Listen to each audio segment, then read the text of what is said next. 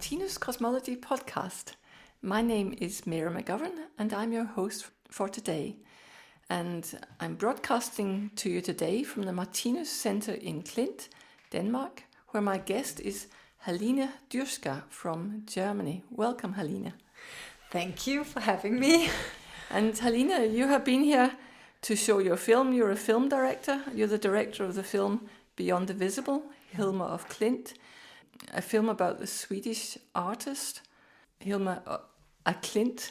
And you showed your film for us here the other day, and you gave us a lecture about your work with Hilma of Klint.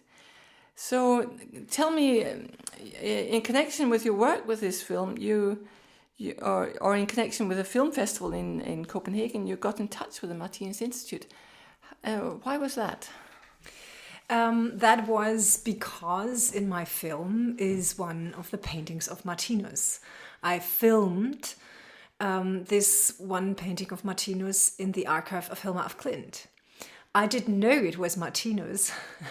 I just opened a book called, I probably don't pronounce it very well, Livets Bo. Yeah, Livets Bo, the Book of Life. Yeah, the Book of Life. And I opened it and then I saw a painting and I thought, oh, that resembles so much to Hilma of Klint. Yeah. And that's why I took photographs and I edited it later in the film. And then I thought, that's so interesting. I thought, who painted it first? Or is there... It was obviously a huge resemblance between these two paintings. One of Hilma of Klint's altar paintings and from Martinus, the one... The road towards light, it was. Yeah, the roads towards light. Yeah. And I really, and I really liked it, and so I put it in the film. I edited it in the film because this painting from Martinus, because I just want to show that what she also was reading, that she was really quite aware of what people around her were also doing in the field of spirituality or the spiritual life. And that's how I approached you then. Yes, you were interested to see if there was any correspondence between Martinus and Hilma of Klint. Yeah, I just thought we should have a look if they ever met, because I had the feeling probably she had been in Copenhagen, and now we found out she had been in Copenhagen. Early in her life quite often, but afterwards, probably when Martinus is 30 years younger, almost, I think, 30 years younger than Hilma of Klint. Yeah. So when he started to give his lectures, probably in Copenhagen, that was quite late in Hilma of Klint's life. But by that time then, she lived in Lund. And so that was not so far to get to Copenhagen. And we found out that she was in the beginning of the 30s and probably the mid-30s often. Yes, he started giving lectures in Copenhagen in the 1920s, the late 1920s. Yeah. He started talking to some small groups of people, anthroposophists and theosophists to start with. But I think his public lectures started in the 30s. Yeah, that's possible. After the publication of Livets Bo, the Book of Life, Volume 1. Yeah, and we know right now that she has been in 1932, Hilma of Klint visited Copenhagen. And 30, or I think in 35, she was there for Christmas Eve and obviously stayed in Copenhagen. And we haven't found out yet if they met, but I thought that was just a nice thought, because I think it's a nice picture if Hilma of Klint and Martinus have met. Yes, and I got a letter at the Martinus Institute from a Finnish journalist saying that she had a letter in which Hilma of Klint indicated that she had seen Martinus's slides, she said. And that's interesting, she says slides, because at that time Martinus had glass slides of his symbols. He painted his symbols on glass at the beginning. Oh, yeah, that's and that was the only way he could show them. Yeah. Actually, also Hilma of Klint, she used already, I think, dias. Do you say slides? Yeah, those are slides, right? Yeah. Dia. Diapositives, okay. Yeah, she also used those for her paintings. Yeah. And she made also some books where she did miniature. I would say, like her paintings in miniatures to show them to other people. So, and I was I was wondering, because as she has read, obviously, his book, because that was in Hilma af Klint's private library, the book from Martinus, I wondered if they have met, because if she is so close from Lund and she is in Copenhagen, we don't know for how long she was there, but I wondered if they have met, and I just would be interested if we find another hint. I just found another letter that is, I think, from the 1937. One of her friends, Anna Cassel, wrote to Hilma af Klint, "Oh, did you return from Copenhagen, and did you leave your paintings there?" Okay. And that is just a question. I haven't investigated so much, but probably, we will find out probably, even with this Finnish journalist. And would be interesting to hear what she says. And maybe we will come closer the next years to this solution. So your film is called Beyond the Visible, Hilma af Klint. Is that because Hilma af Klint was painting the unseen, painting spiritual laws, principles, or what? Yeah, that is the main reason. The beyond the visible. I mean, she was painting abstract, of course, and but this is not just abstraction. And I just learned while doing the film what abstraction actually means, and actually it just came up in the time where all the invisible sciences actually, or the sciences discovered the invisible things like X-rays or radio waves. It all came up by the turn of the century, 1900, and Hilma af Klint was pretty aware of that, and that's how also other abstract artists came to abstraction, probably because that is the moment when you realize that many things, even in reality, you don't see them. You can't touch them. Then you ask yourself, especially as an artist, I think, maybe there's more than just the world that we see. And but Hilma af Klint came that way probably really long ago, because she was working in spiritual circles since the 1880s, in the 1880s, 1890s. And so she went a long way with seances, and I think asking herself many questions, and then it really ended up in a huge oeuvre, and in a mind-blowing oeuvre, and it leaves you just speechless, but very happy. You stand in front of how many paintings? There are more than 1,000, more than 1,200 paintings. Yeah, it's a lot, isn't it? I think it is.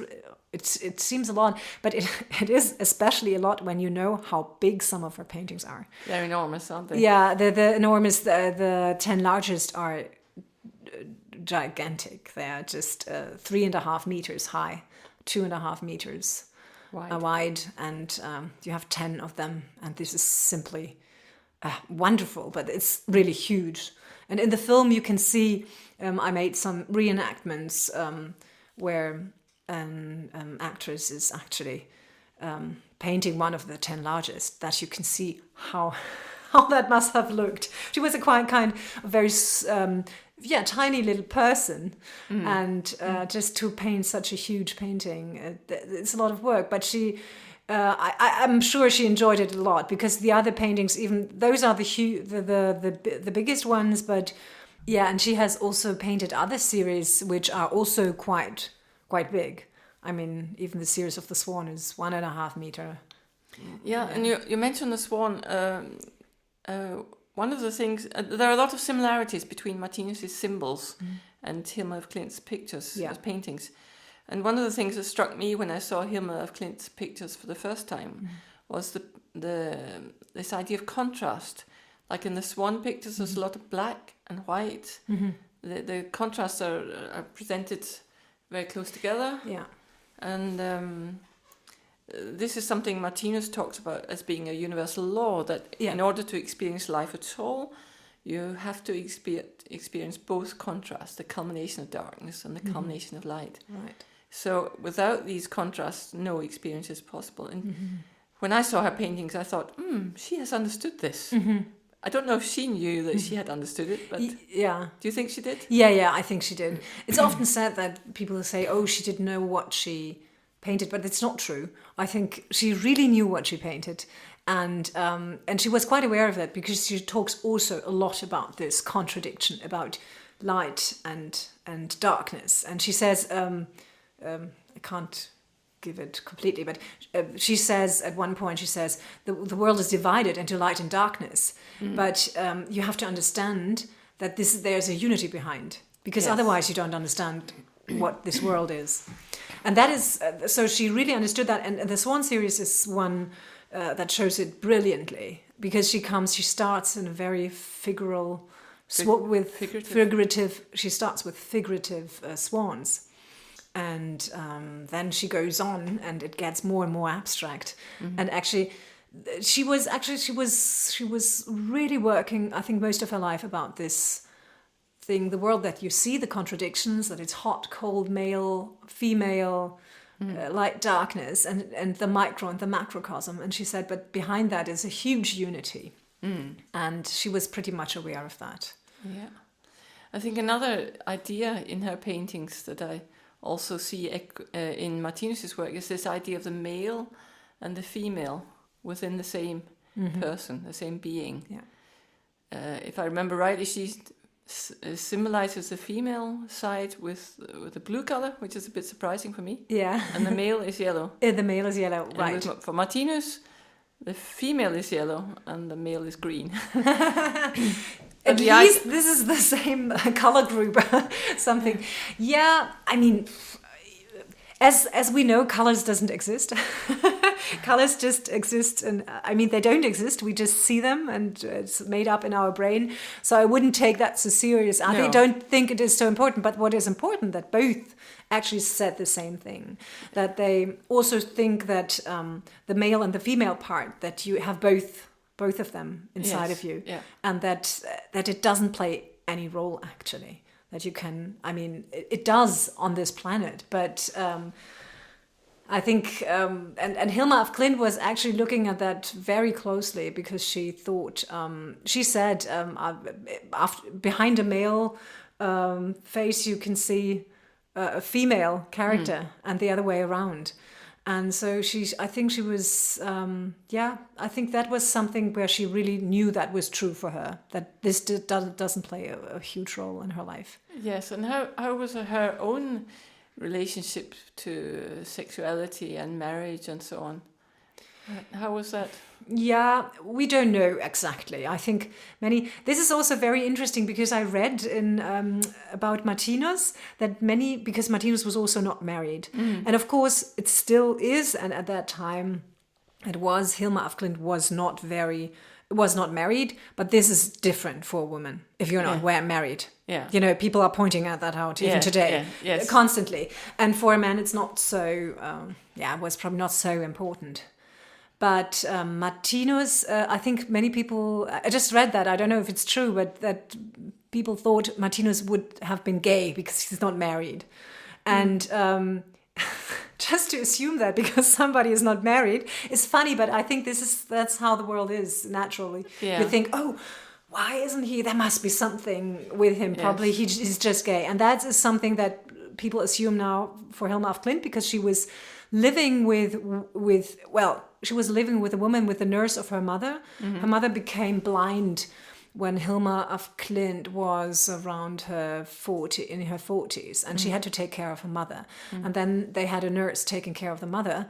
And after the mother died, she just stayed with the nurse. I think it was also for reasons of money, because she couldn't afford. She didn't really have a lot of money, so she couldn't probably afford the rent for a whole apartment, and it was cheaper. And the nurse was fluent in German, and Hilma of Klint also spoke German, but but probably Thomasina Andersson, the nurse, was even better. So it was also very practical. And I think people assume those things, and maybe it's true. I don't think it plays such a big, huge role. For me, it doesn't play a role. No, but what I was really interested in was that she chose to be creative and dedicate her work to her art rather than a husband and a family. Yeah. And I've met other artists today who are heterosexual, but they choose not to go the family way, so to speak. Yeah. In order to dedicate their lives to their art. Yeah. And I think it's a common conflict with people today that they maybe have some creative desires. They want to do things creatively, but they maybe also want a partner, and maybe they also want a family. Yeah. So, but she was very clear. She was completely clear. She said that is not for her. Yeah. She was very clear and said, obviously also to some relatives in the family, that she said, no, family, this is not made for me. And even a marriage is not made for me. And what is interesting, she said, I have such a strength within me. I have to go on. I have to go forward. Yeah. And I think in these times, maybe this is even true today, this has been such a huge task or is such a huge task for someone that you have to go this path by yourself, and it's just you don't need to be bound on someone or something. That's and also it takes a lot of time and energy to have a husband and children. So. Yeah, especially in those days, I think. Yeah, I mean, nowadays you could also tell your husband, please take care of the children. I have to do work, but I think that would have been a huge problem in those days. I don't think she'd have managed to make over 1,200 paintings. Probably not.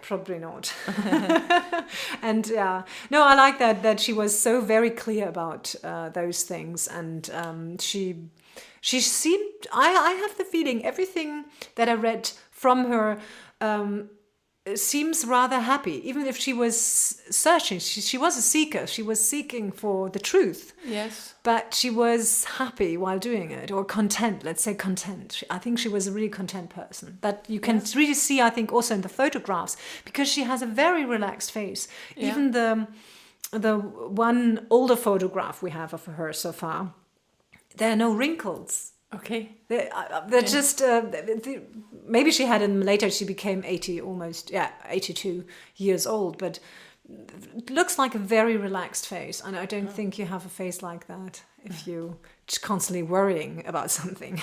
Okay. Yeah. There are other similarities between her paintings and Martinus' symbols. For example, she's made some symbols where she writes the word evolution, and Martinus writes a lot about evolution. Yeah. And there are lots of ladders and spirals, which are very characteristic for Martinus too. Yeah. Yeah, I think that's also something that I saw, that the similarities are striking because you have so many of them. But I don't. I thought about it. Actually, it's not very astonishing, because I think they both looked at the same thing. And as far as this is something that you can't see as we see, but you see it in a different way, but they both saw the same things, and they were actually working and talking about the same things, and so they look quite alike sometimes. So you have a lot of, and the symbols, actually, lots of symbols are really old. I mean, Hilma af Klint was also, she read a lot, and she was a theosophist all of her life, and those symbols you can even see in old ancient Indian, mythology. Yeah. Elements in Buddhism and whatever. Yeah. And the spiral is, of course, very important, because that's where you deepen your wisdom, and come to a higher consciousness, probably. Yeah. Yes. Well, what is it that appeals to you about Hilma af Klint's pictures? What do you like about them? What do they? How do they speak to you? I would say it's not about that I like them, but I love them. Okay. And I think most of the people, I think everybody can experience that when you're in front of the pictures live. You can experience that in my film, of course, but and it's better than not to experience them at all. But life is definitely, life and in color, just in front of your eyes. This is the best you can get, and if you have the chance, you should. Because I saw, even while researching and filming, I've went to many exhibitions, and I watched many people there, and so many people just became happy. I saw people dancing in front of the paintings, or just being absolutely quiet and being completely overwhelmed by what's coming out. And for me, it was when the first time I entered the room and I saw the 10 largest around me, it is pure happiness that's coming out of them. And the 10 largest are, I would say they are showing the 10 largest are showing life from childhood until the death. And it looks very good, this life, I think. If those are our periods in life, I think, why not? Why not a life on this planet? But it's really true. You feel true happiness. And also, I experienced something in the museum the first time. I've never attended an exhibition like that. Actually, Hilma of Klint, this is not just an exhibition. It's a revelation. Because when you come in, there's a total lack of aggression in those paintings. And you can just feel that. And the atmosphere. And I don't think that anybody can succeed in painting that and that it works for such a long time. I mean, simply works. If she wouldn't have been in a state, I mean, while painting them, like in a meditation, I think. And that's actually what I think I would do today, but we would say probably she was meditating about it. And that's how you really, because this is something, it seems like they're not from this world. And many, many people experience that. Otherwise, that was astonishing that the Guggenheim exhibition, which closed last year, had 600,000 visitors. And amazing.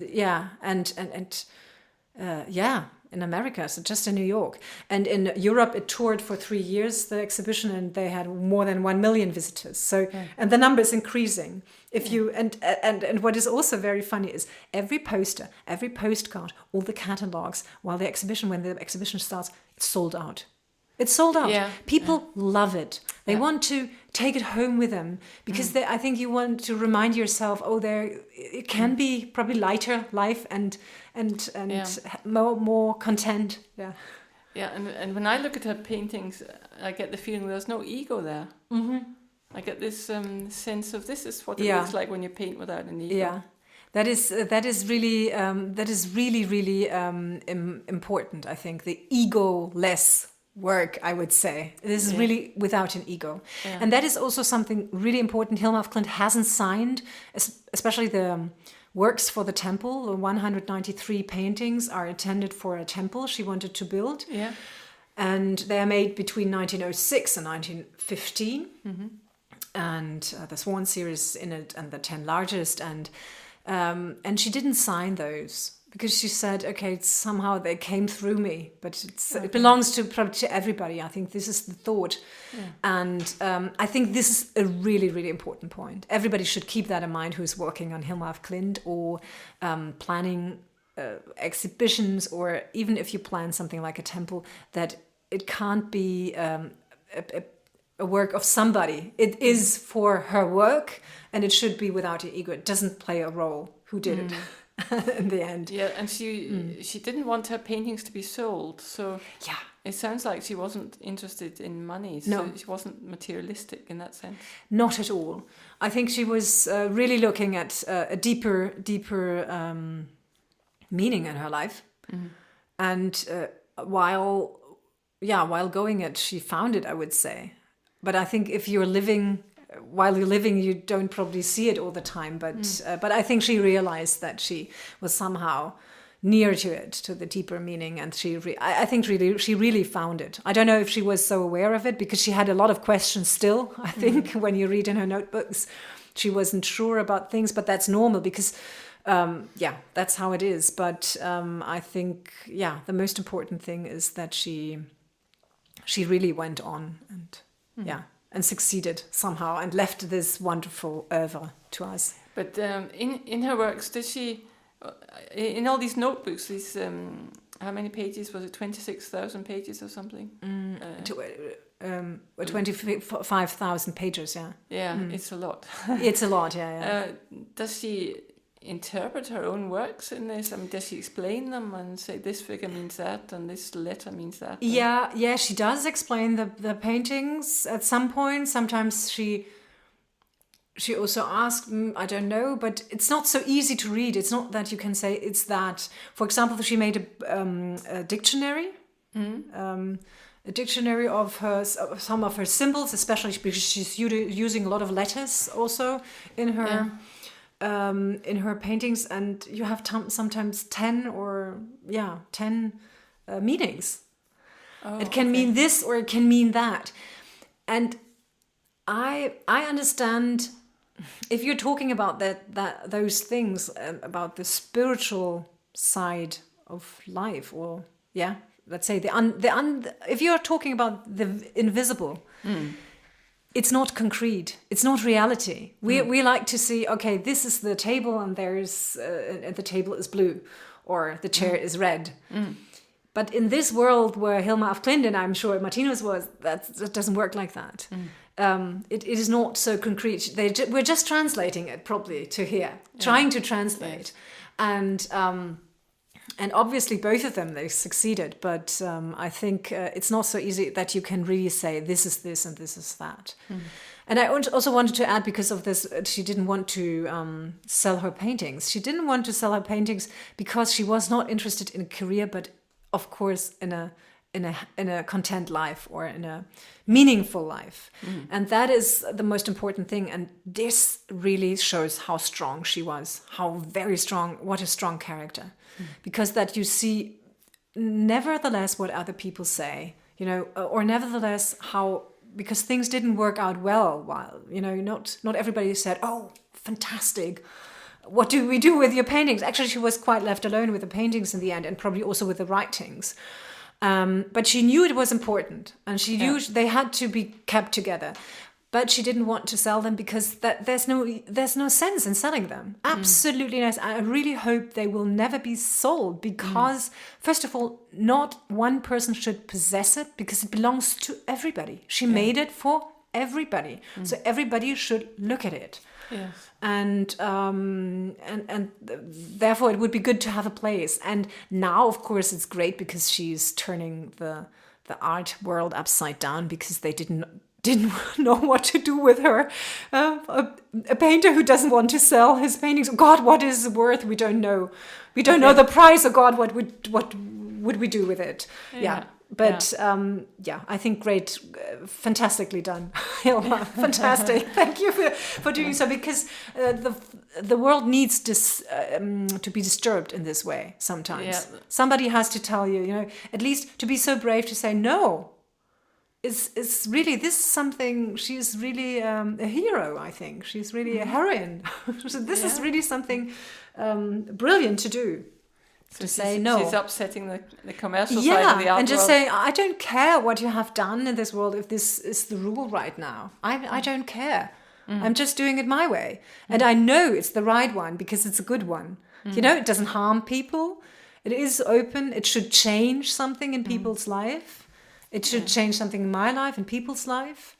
And there's more to this world than that, what we see. And I think for me, it's a thought that I love. Because if this is all that we have now, then no, I'm really happy that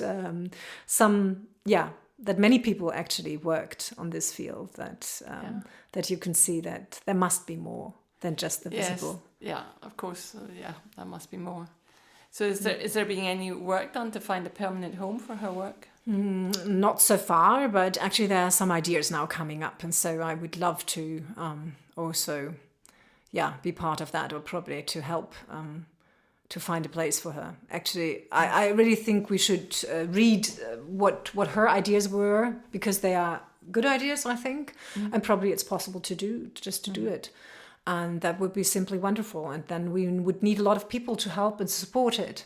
Yeah. And I think this would also be a very, very good idea, to have lots of people to support this temple idea.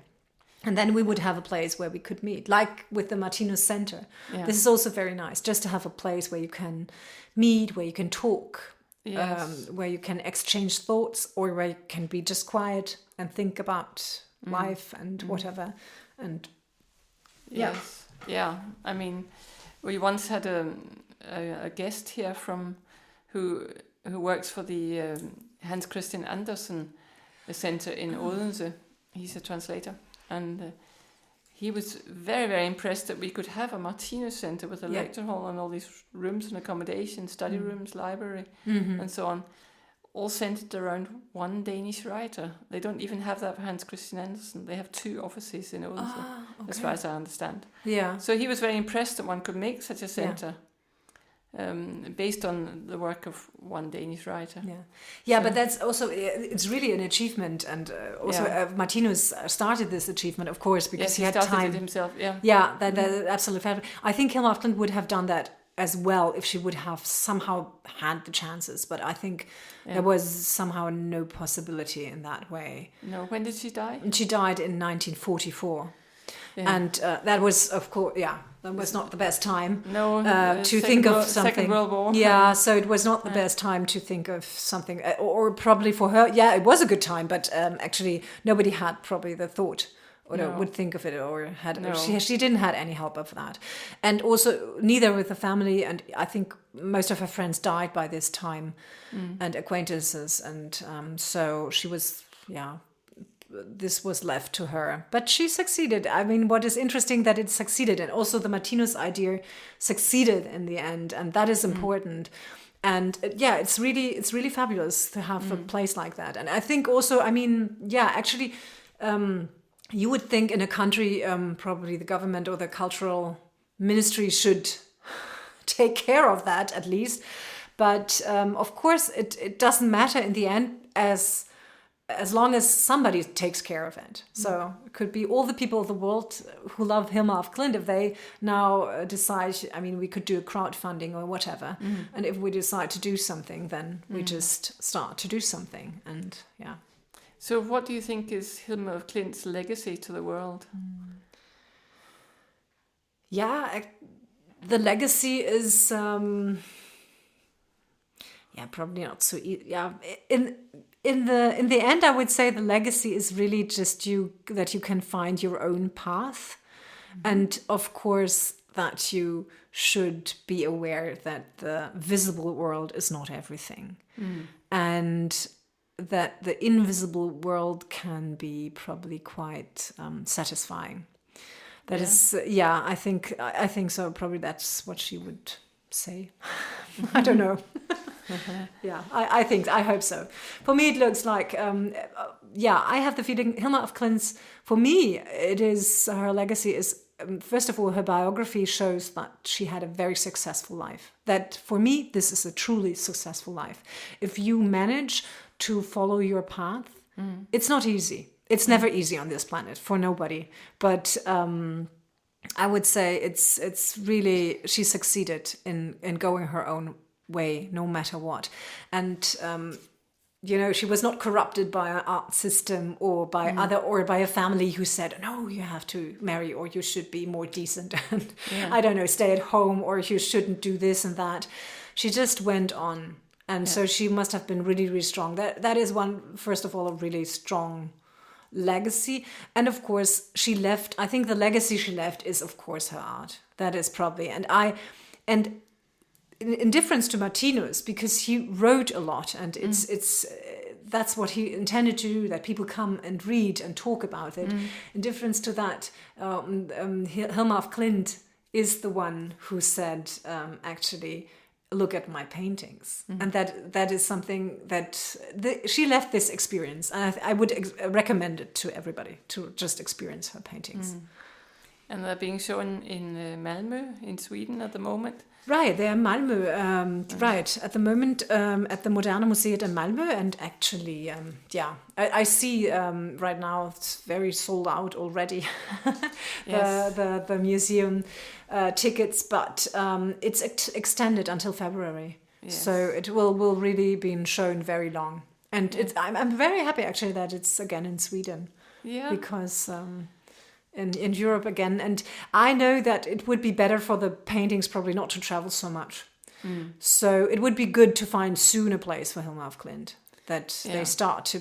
and I wanted also to say, because you said with Martinus library and having here study rooms. Actually, Hilma af Klint had the same idea. She wanted to build a temple for her paintings, and she wanted to have a garden around it, and also some study rooms, and a library, and a garden, and maybe a school. And I think that's wonderful. So, yeah. I must say the Martinus Center has been very largely built up by volunteers. Right. And it's almost entirely run by volunteers. So none of what we do here would be possible without an army of volunteers. Yeah. So, but maybe something similar could happen. Yeah. In connection with Hilma af Klint's work. Right. That could happen. Who knows? And that was, and I think with Martinus, that really supports Martinus' idea. Connect, love each other, do something together. I mean, that really works. And of course, that could also work with Hilma af Klint. Yeah, let's see what the future brings. Yes. So, is there anything you would like to add before we round off? No, I think we said everything, right? I think it's... I have the feeling the most important things. Just that we will probably, let's see, it would be interesting if Hilma af Klint met Martinus, what she said about him, and that we can see or probably read about that one day. There's nothing in his letters. No, We've been through all his letters. There's nothing there. But maybe we can follow up this Finnish journalist who has a letter in which Hilma af Klint says something about Martinus's slides. Yeah. So we have to follow that lead up and see what connection was there. Yeah, that's true. But the thing is, I think in the end, it's just important. Even maybe they have just met, and then we don't know that they met and talked probably because nobody wrote about it. But maybe sometimes somebody wrote. I mean, really, since I've made the film and just before I ended the film, many things just popped out of nothing. Just a letter or something we didn't know that existed. And so people have to start to look at things, and if nobody looks it up, then you don't find it, and so you never know. So we probably find more connections. Yes. Well, thank you very much, Helena Dyrschka, for joining us here in Klint, and thank you for joining the Martinus Cosmology podcast. Yeah, thank you. Thank you.